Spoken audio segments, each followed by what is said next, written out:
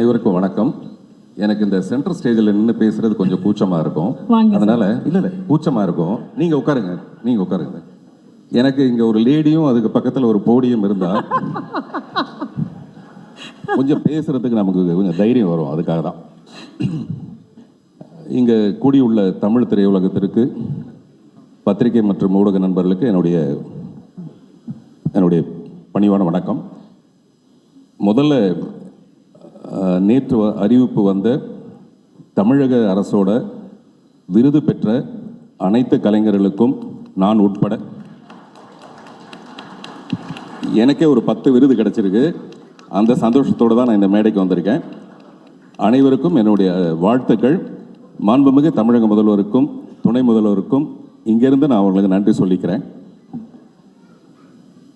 பொதுவாகவே பொங்கல் ரிலீஸில் பல படங்கள் போகி ஆகிடும், சில படங்கள் வெறும் வெண்பொங்கல் ஆகிடும். அதுக்கு முக்கியமான காரணம் திரு கண்ணன் ரவி அவர்கள். இவரை பற்றி முதல்ல கொஞ்சம் சொல்லிவிட்டு அதுக்கப்புறம் மீதி விஷயங்கள்லாம் பேசலாம். இவரை பற்றி பேசுகிறதே ஒரு தனி கதை.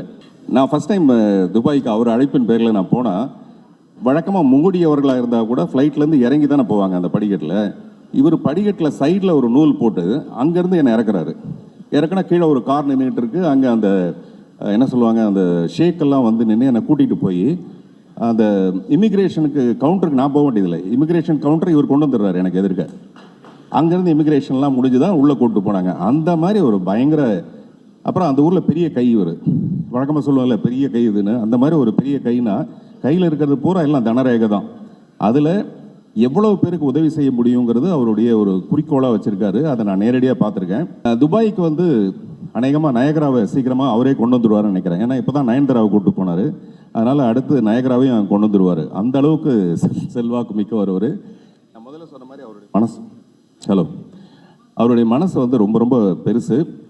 அவருடைய இந்த சிரிப்புக்கு காரணமான ஒரு மனுஷன் கல்யாணத்துக்கு அப்புறம் ஒரு 5 வருஷம் கழித்து சிரிக்கிறான்னா அதுக்கு நிச்சயமான காரணம் அவருடைய மனைவியாக தான் இருக்க முடியும். அதனால் அவருடைய மனைவிக்கு இந்த நேரத்தில் நம்ம பாராட்டுகள்.